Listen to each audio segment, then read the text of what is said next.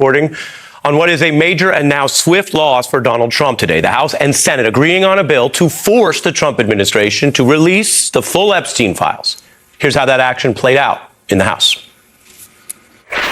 The bill is passed, and without objection, the motion to reconsider is laid on the table.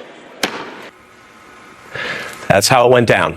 Congress united against President Trump, forcing him and his administration to release the files that they have been withholding. The push began earlier this year with Democrats using a rare method to override the Republican speaker. They picked off some Republicans against Trump. Tonight we can see how that strategy worked. Republicans retreated, going from opposing any Epstein vote to virtually all of them joining Democrats to back this within one vote of unanimously. That's in the House. And now, unanimously in the Senate. More on how that vote count will weaken Trump's legislative strategy. I'll get into that in a moment. Now, this is moving fast. Trump losing all control of the process. This news breaking within the last hour, rocking the Trump White House. It looked unthinkable to Trump just a week ago. His Republican defense is cracking in the Senate, too, where Republicans buckled and just allowed Senator Schumer to bring the Epstein bill to the floor, and that's through a unanimous agreement. That means not a single Republican senator was left to back the strategy Trump has been using all year through this week, blocking or delaying a vote. And that bought him about 302 days in the House, thanks to Mike Johnson trying everything, even avoiding holding House sessions rather than facing this today. Now, here's what the House voted for. Using its power to force the Trump administration to release all the files.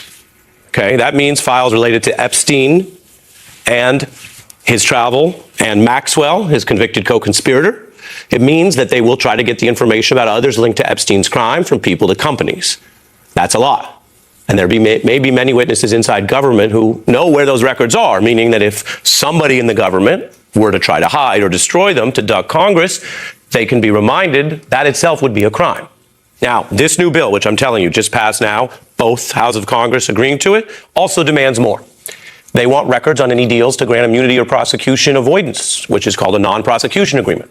They want any secret communications that occurred inside both Trump's DOJ and past administrations. Okay, this is not a party thing on paper. If somebody was giving a sweetheart deal to Epstein or anyone around him in any past administration in any party, they want to know that too. And then there's a second category that could haunt Trump's first term.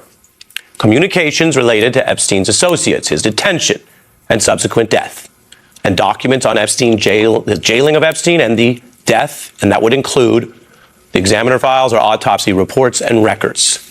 And if you say, gosh, I guess people think maybe there was some reason to review that or something suspicious about Epstein's death in the custody of the Trump administration's Bureau of Prisons, overseen by then Attorney General Bill Barr. Well, this is not now some random party chatter or internet talk or meme jokes. This is the combined authority of both houses of Congress, almost unanimous, both parties, saying we also want to know what happened in that jail cell.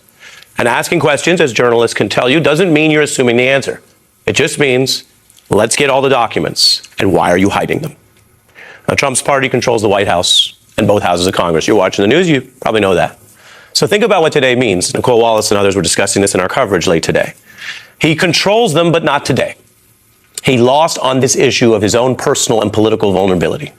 There's an old political saying that says there can be a thin line between impossible and inevitable. That's true in life sometimes. You think about how I would never do that, and then you end up doing it. It can be true in politics, too. When Trump came out guns a-blazing politically, I don't mean that literally, in January, with his re-election and his Elon Musk and his Doge, it would have been hard to imagine not only Republicans rejecting him on this, but rejecting him this unanimously, all but one vote. And that goes to how he is now written out of this story because it was such a big vote, he can't stop it anymore. I'll explain that in a moment. But remember, this story has dominated now and upended Trump's second term. The hiding is over. To paraphrase the singer SZA, no more hiding, even if it burns or blinds, no more hiding. The nation has watched Trump go from hiding the Epstein files to being forced to release them. And lately, this past 2 days, he's been pretending he backs them without releasing them. As SZA might say, crashing for real, trying for real. No more fake fighting. Don't gotta say it, because I already know, gotta break it if you want to grow. No more hiding.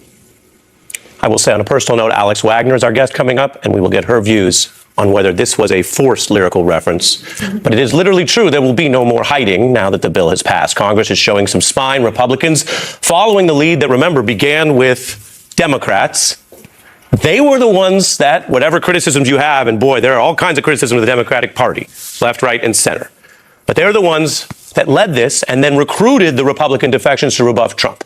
After Republicans spent most of this year with Trump trying to avoid what happened, they were cornered into voting for this today. You know what America First means to me? How about meeting with the survivors? How about making sure that America's girls are not being raped? Truth will triumph over deception and obfuscation. Transparency will triumph over dark money. The question will remain, will the Department of Justice release all the information? Will a judge in New York release the information? I am sorry if one of your billionaire donors is going to get embarrassed because he went to Rape Island. That is what they have coming. Nothing less than justice and the complete truth about who is responsible for their vicious abuse, including those responsible for enabling it, ignoring it, bankrolling it, and covering it up. It is time to end this White House cover-up now. Now, we know that Donald Trump has tried everything to kill our Jeffrey Epstein investigation, and he's failed. And let's be crystal clear. Trump has the power to release the files today. He does not even need a vote. To be clear, there is no protection for pedophiles. The survivors deserve justice. The American people deserve the truth. That's how it sounded today. A complete and often really united message, although we can't give 100% credit to everyone pretending to be united on this issue when they had fought, like Speaker Johnson had fought, 302 days to prevent this vote. It was only that he was overridden that we get the vote and then we get those speeches. But again, this is the kind of revolt, united and bipartisan in spirit, if not in all reality and history, that you rarely see in Washington, really in the last several years, and that we have not seen all year in this tumultuous Trump second term. The Senate is joining the House. Remember, Trump tried to prevent this day from coming. Couple examples. Back in February, they released these files that weren't the Epstein files because, and MAGA leaders have been mad about this, Trump was, if you follow the news, just bear with me here, but Trump was lying. Except instead of lying about liberals or Democrats or some other issue, he was lying to his base and these MAGA leaders about the thing that he said he would release a year ago when he was running for the campaign. And what you see there are, well, what he would call maybe a hoax or fake news, fake binders that didn't really have the Epstein files in them, as the AP summarized. By summer, he got the Attorney General, Pam Bondi, to commit to something on paper which rejects and undercuts the current effort to say they want to open new probes because she admitted there's no client list. She walked back her own theory. She wrote a memo saying there is nothing left to investigate. So if Pam Bondi's Justice Department shows up in a courtroom in a week or two saying, well, actually, we can't release any of this because we have new open probes, you can bet the other lawyers and the judge will say, but you committed to DOJ letterhead on paper the opposite. And it was just last week when the Trump White House summoned a congresswoman into an unusual situation room berating a pressure campaign against defections. Longtime Republican, but Trump critic Bill Kristol talked about this on our program this week. He said credit to the true believers who, on the other side of the Trump onslaught, held their ground.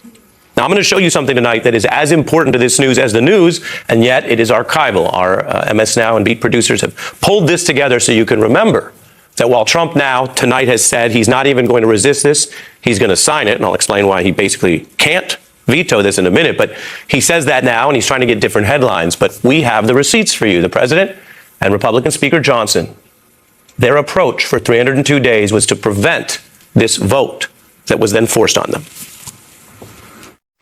So this is a Democrat hoax that never ends. They're forcing a political show vote on the Epstein files. This is a political exercise. It's all been a big hoax. It's perpetrated by the Democrats, and some stupid Republicans and foolish Republicans fall into the net. He had nothing to do with it. President Trump has clean hands.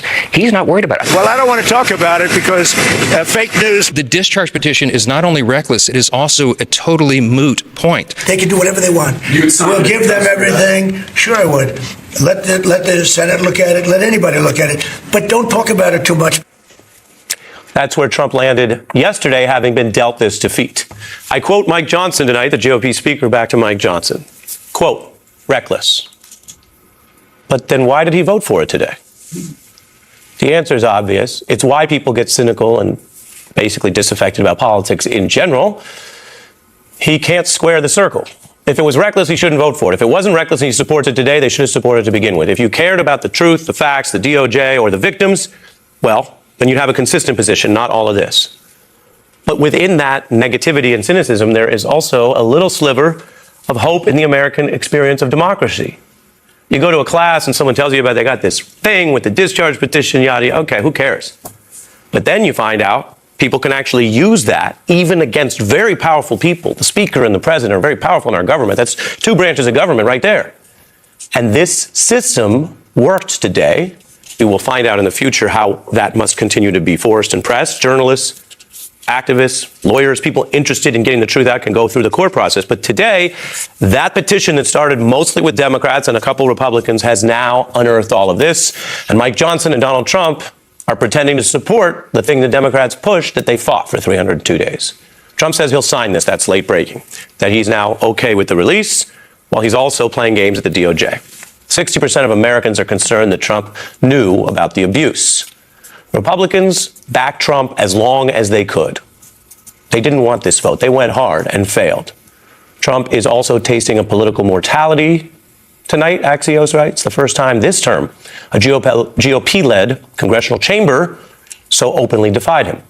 Rupert Murdoch's Wall Street Journal writes the Epstein vote is one of the signs Trump's ability to bend the Republican Party to his will is weakening. You can say that again. People have different opinions about Donald Trump. That's fine. I think it's a fair observation that there are things you can tell he cares about and a lot of other stuff in governing. This is not like they vetoed him on some tax plan or the price of tea in China, as they say, or the price of coffee when the tariffs go up. This is the big one. They say a hit dog will holler. I said Alex Wagner's here. We'll find out if she prefers that tired cliche to the SZA lyrics. But the bottom line is Donald Trump made it very clear that this day was what he feared most. Maybe only he knows the reasons for that. That's the most responsible way I can say it. And Mike Johnson, the Speaker of the House, did something that in other times we hear all about how everything's different. In any other time period, refusing to let the Congress meet because Donald Trump would rather buy a couple weeks than face the Epstein files transparency was really something. To then do that during a shutdown while we saw people in line for food and people concerned about airport safety, that was bananas. And they did that just to buy time, and they lost, and they failed. And here we are tonight, a country watching the last thing I'll mention. I save this to the end because honestly it's a little more technical, but we all know how a bill becomes a law, and you send it down to the White House, and then you find out whether the president signs it. But the president can veto a bill. The vast majority of bills throughout history cannot survive a veto. And that's why you have that whole system. I'm sure you remember, you see the signing, you see him veto. What just happened tonight was unthinkable to so many a week ago. The Senate, controlled by Republicans, could have done all kinds of things, delayed or passed it by 55 votes. No, they are now joining with a unanimous agreement a veto-proof majority, which means Trump has no power to stop this. We got two special guests here to get into it when we return. The Senate has passed the bill under unanimous consent.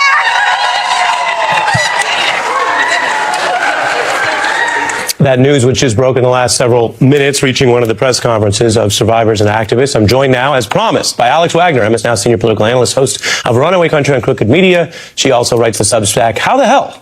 With Alex Wagner. Fair question. Molly Jong-Fast from the New York Times is also at MS Now analyst. First two questions to Alex. The second will be the one as promised, your rating. But first, you've been covering this. You've been in Washington. Yeah. Molly and I were there this morning. And it really did change fast. Yeah, I mean, it feels like 5 years ago that we were standing there with Epstein survivors who still thought it was an open question about whether this would get to the Senate. I mean, I think that there was confidence that the House was going to pass this maybe unanimously. Marjorie Taylor Greene spoke and she seemed very confident. But the winds of change have blown quickly on this story. I mean, I think I don't want to lose sight of the fact that this is a major victory for these victims who have stood, bravely in the public eye. They have faced threats. They have, to say nothing of the abuse and the trauma that they withstood in their their tenderest years. You know, these women took to the podium, and each one of them showed a photograph of themselves at the age when the predation or the abuse by Jeffrey Epstein began.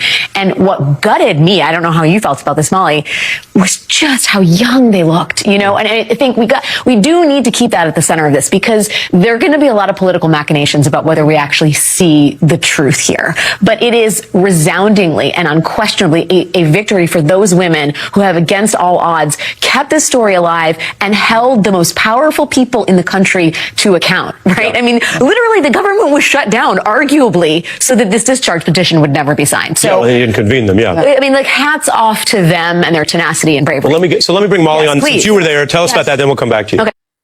I agree with what Alex.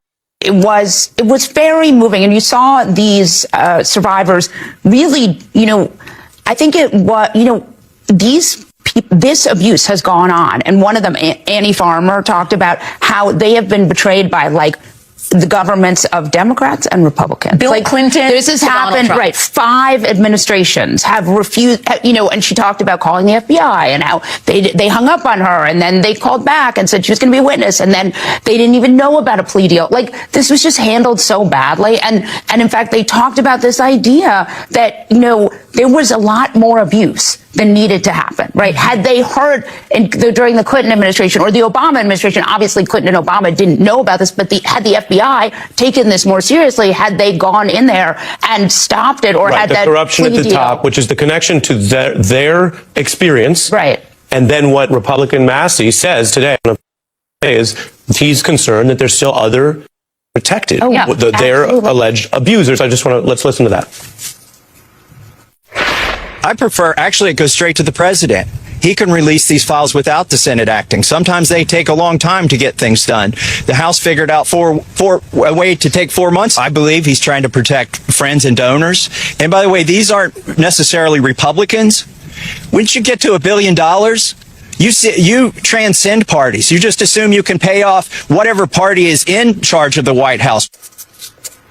Massey's talking about this, and there's evidence. This is not just rhetoric. We finally got some of the emails. We expect that the emails would also be in the files. And if they start playing games, we have 20,000 emails to see what they pull. Yeah. One of them, of course, shows that a very top Obama lawyer was very close with Epstein. They've described it as professional. Kathy Rumler. Kathy Rumler was literally in dialogue with him when she was considering whether to potentially get the job of Attorney General. The Clinton reference was made, other individuals. Yeah. And then you have the Trump of it all. So the no more hiding point. I want you to respond to that. And then you're a referee. You know, we call it straight here. Listen. No more hiding. SZA, go ahead. If you're the person in America that can tie SZA together with Jeffrey Epstein in, like, not impugning SZA's reputation. No, SZA seeking transparency. This is why you are on television. Thank you, Alex. And I support you. Too far. I salute you. It's never too far, Ari. Okay. It's never too far. I am worried. I am old enough to know how Donald Trump has manipulated and continues to manipulate the Justice Department. Yep. He has thus far pulled every lever of the federal government that he can, from the Office of the Director of National Intelligence to the House Republican Congress to the Department of Justice, to prevent the truth from coming out. It is hard for me to believe that he's had a come to Jesus moment on a Sunday night and been like, you know what, let's go. Because he could have just released this today on his own, taken the win and said, I'm a hero for the truth. He has not done that. No, he's maintaining his options, which includes trying to have the DOJ stonewall, but you're now redact or do no who. But you're facing, but you are facing a very united Congress. Yes, although I will say, and again, I don't want to lose sight of the fact that this is a victory for the victims. I am very skeptical standing up to Donald Trump. I think this is an issue that animates the base. It is a scandal unlike any other in American life. But I'll go back and forth with you. It is part of the Rosetta Stone of MAGA. And whether it is MAGA, and you're welcome. That's not even. It's the beginning. It's well, the story. Exactly. But let's debate this out. This is a big night. People are interested. They lost today. Yes. 302 days they fought, they lost. They capitulated. I hear you on the spectrum, and you're making a very fair point about skepticism. But on that spectrum, absolutely, this is more of a loss and moving towards holding them accountable. It is possible that people say, oh, I saw the vote, I let it go. But the other point, and I'll let you both respond, is you got a lot of people who are waiting on the deliverables. I showed the photos when they tried to fake it. It didn't work on their people. Even if people say, oh, the MAGA folks, whatever. And I'm just going to put on the screen, and Molly can respond. These are the things that the Congress says they're going to get. If they don't get them, Epstein docs, Maxwell docs, travel records, individuals named in connection with the activities, just going to put this up. This is what Congress voted for tonight. If we have this 6. Entities with alleged ties to trafficking. Okay. Because more can be done, not only on transparency, that means learning the facts, but doing what prosecutors are supposed to do, which is act on it. Also, immunity deals, the agreements, which spared Epstein the first time, the plea bargains, internal DOJ, multiple administrations, I emphasize. So, Molly, either they get a lot of it. I'm not saying you get 100%. There's a legal process, and you got to protect victims. I mean, I'd be the first to acknowledge there's some complexity. But either they get a lot of it. They were involved in the drafting of this, so the victims are engaged in this process. Exactly. And so either they get a lot of this, or it consumes another 300 days of Trump's presidency. Well, and I think he sort of fenced himself in here. And when we were at this press conference, we heard these victims talk about reading the lists on the floor. So remember, these victims have not been all together since this process started. And now they all know each other, they talk to each other, they have a relationship with each other, and they have lists. And so both MTG and Representative Jayapal have said they will read the lists on the floor, and that there's a cutout there, because if you if you read something in Congress, you are protected. So I think Trump may be out of moves here. I mean, look, he can still obfuscate for a while, but this may be the sort of checkmate, because he never thought it would get through this. Yeah, I agree with that. I don't think he had any plan. I think the plan, first of all, the plan with Trump generally is no plan. Right. And he's not a long-term planner. He's not a medium-term planner. I think he saw the political writing on the wall on Sunday night and was like, screw it, I'll go for it. Yeah, and I'll do whatever I can on the back end. And this is not vacation. On vacation, a no-plan plan is great. Can't stop, won't stop.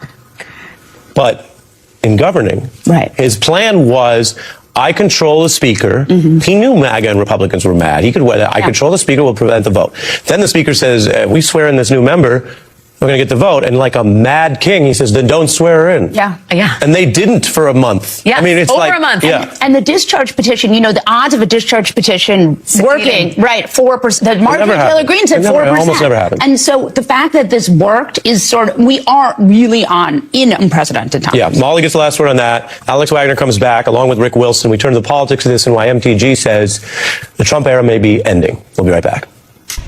The bill is passed, and without objection, the motion to reconsider is laid on the table. Congress passing the bill to release the Epstein files, the Senate joining late today as we came on the air, and there you have it. What we will see in the Epstein files will be, among other things, his emails, and something we didn't know last week is what 20,000 of them look like. They continue to show the very problems that many people correctly surmise and allege involved cover-ups, including political elites. There's correspondence with former Obama official and Harvard president Larry Summers. He was also, of course, someone who was doing things with Epstein and taking money from him. And today, under this pressure, even though his ties had previously been exposed, the emails, in other words, more detail, only coming from this revelation, led to his unusual announcement that he's stepping back from public commitments. He says he's ashamed. Summers maintained contact with Epstein from 2013 to 2019. That was, of course, after his initial problems and into the period of his second arrest. Summers and others apparently didn't care about that. These are, again, people who are very informed. He's a Harvard professor. And they had these exchanges. Speaking of Summers' dating life, Epstein in 2018 said, I'm a pretty good wingman, huh? Summers agreed. You were good. Quote, she did not want to have a drink because she was tired.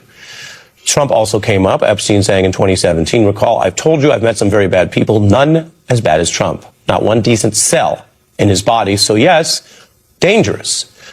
Now, Summers is responding by saying that at least he wants to pull back and show some level of accountability. People can debate whether there should be more. Donald Trump, on the other hand, is the person who, amidst all of this, has not had accountability, including for his public misogyny, statements against women. People remember the 2016 Access Hollywood revelation.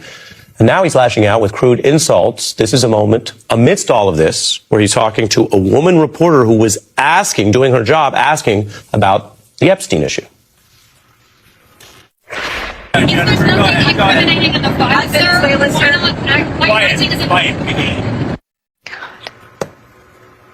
That's where we are tonight. I want to bring in Rick Wilson, who co-founded the Lincoln Project. Alex Wagner is here.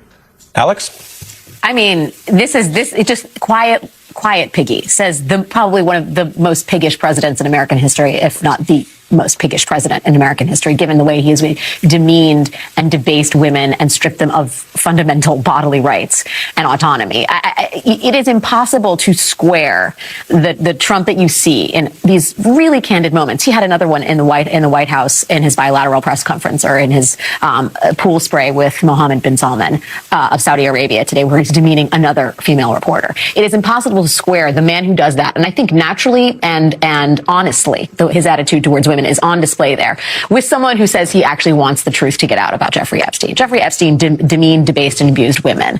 And I'm not saying that what he did and Donald Trump has done are the same or on the same level, but I don't think that there's any particular, I have a very difficult time believing that Donald Trump harbors any desire to get to the bottom of Jeffrey Epstein's sins and really wants to give justice to the women who were abused and traumatized for decades by Jeffrey Epstein. You have to look at that person who calls women pigs and has done so repeatedly, and think about him as the person who is now in charge of the truth about these women and their abuser getting out. Understood. Rick Wilson, there's also been this large clash inside MAGA that Trump has failed to quell. This is his biggest loss today. And so amidst all the important things, including what Alex Wagner just gave us, a speed education on the import and those connections, there's the wider politics where he's losing. And if you can lose on this, you can lose on other things. Lame duck. Here's MTG. This has been one of the most destructive things to MAGA. Watching this actually turn into a fight has ripped MAGA apart. Speak to the powerful, courageous women behind me is when action is actually taken to release these files, and the American people won't tolerate any other. Rick? You know, look, if Marjorie Taylor Greene can break from the MAGA coalition, that sets up a permission structure where she's been a stalwart for him from the very beginning, as she's said many times. But as they see themselves under increasing political pressure from Donald Trump's mistakes on the economy, on tariffs, on jobs, they're going to start saying to themselves, you know, if she got away with it, maybe I can too. He can't go after us all. And so they start scattering like cockroaches when the kitchen light comes on. And suddenly Trump doesn't look like the all-powerful demigod of MAGA anymore. He looks like the problematic weird uncle at Thanksgiving who drinks too much. And I think the behavior you're seeing, insulting these women reporters, etc., that is in part just natural Trump character. But I also think he's been triggered. He's under tremendous stress by this story. It will not go away. It's the one story we've ever seen where he can't just command MAGA to believe that the sky is green, not blue. He can't reshape reality for them in the same way he has in the past. I think we really are witnessing a transition in Trump's decline of not only his political power, but the fear that defined it for many people in the MAGA base. Yeah, and you're speaking to whether he is effective at what he's doing, and that relates partly to him. Right. And there have been many hours of discussion about what he's like. And it relates partly to the bottom line, which is they can only lose 2 votes in the House. He can threaten a primary MTG. She can threaten not to vote for the GOP speaker. It doesn't make her a Democrat. She could just withhold. Now they have a House hanging by 1 vote. They could lose it before November. Sure. Why is it, in your view, Rick, as a student of all this, that this is the issue that did it? Because there are plenty of people who aren't in this daily politics universe who would say, wouldn't it be that he didn't bring down prices? Wouldn't it be that you got agents in the streets and you got soldiers in the streets in a way that traditional conservatives, and I mean traditional going back to John Adams, don't quarter soldiers in people's homes? I mean, you go back a long ways. That's not how you use soldiers. And yet this right now is the one. Explain. Look, what it really goes back to is 2015 and 2016 when Donald Trump caught that wave of Pizzagate, QAnon, all these lurid conspiracy theories, and the MAGA base was more activated by that particular chain of conspiracy theories than almost anything else we've ever studied in polling or anything else. They really believed Trump was going to save the children. And as it turns out, as we've seen this evolve over time, Trump is an intimate of Epstein in many ways, a friend. If he appears in 1,800 instances in a tranche of 27,000 documents, they're worried now that Donald Trump has lied to them. And it's really taken 10 years for them to let this percolate through their brains and to process it. But it is now increasingly scaring them, not only that the idea that Donald Trump was a friend of Epstein's, but that he could be culpable in some of the things that Epstein did. And that is really sending them around the corner. They thought it would be that the Democrats would say, oh, well, Clinton's in the files, Larry Summers in the files, so we can't say anything. But every Democrat I've heard has come out and said, well, let the ball roll. Whoever's in the files, it all needs to come out. And I think it does. And I think that has really shaken the MAGA confidence in Trump being able to get away from this one. And taking that point, Rick, to Alex, he's arguing that for people who had been willing to excuse Trump on other things, this isn't about policy, it's about character. Yes, but I would say I do think there's a policy tie-in, and I think it's the work of the Democrats to make this all sing on the same thesis. This is about Donald Trump looking out for the rich and the powerful. He's hiding the truth in the Epstein files. He doesn't care about the economy because it's rigged for the rich. He's giving tax breaks to the most wealthy in our society on the backs of the poor. This is all of a piece. Donald Trump doesn't care about you. Donald Trump cares about the rich and the powerful and those close to him. And it is up to the rest of the country and elected representatives to connect those dots because it is all part of a behavior set and a set of priorities. Yeah. My thanks, Alex Wagner, on more than one topic.